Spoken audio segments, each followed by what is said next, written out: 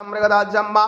पशुंस्तां सक्रे वायव्यानारण्य ग्राम्या सजेत स्मादज्ञा सर्वहुतर्चः सामान्यजगिरे छन्दांसजगिरे तस्मात् अजायत तस्मात् स्वाजायन्त चेकेचो भया ततः कावो हजगिरे तस्मात् स्वाजाता जावयः तंजज्ञं बर्हिः प्रोक्षं पुरुखं जातं कृतः तेन देवा यजन्तशाद्यारेखः सजे यत्पुरुखं यददुः गदिदाभ्यकल्पयन्ना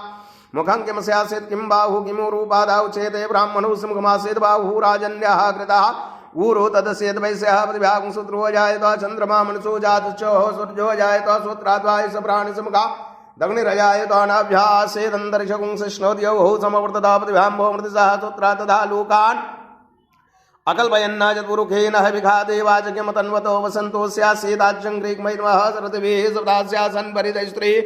सप्तसमिदः कृताः देवायतज्ञन्दन्वाणावनन् पुरुखं सुम्माजगेन जगमयजन्त देवास्तानि धर्मान् मृतमान्या सन्नाते हनाकं महिमानः सचन्द पूर्वे साध्याः शन्ति देवाः द्व्यः समृतः पृथिव्यैरसा च विश्वकर्मणा समवर्तताग्रे तत्सत्वष्टाभिदतुरूपमेति तन्मृतसते वत्मा जानमग्रे वेदाहमेतं पुरुखं महान्तम्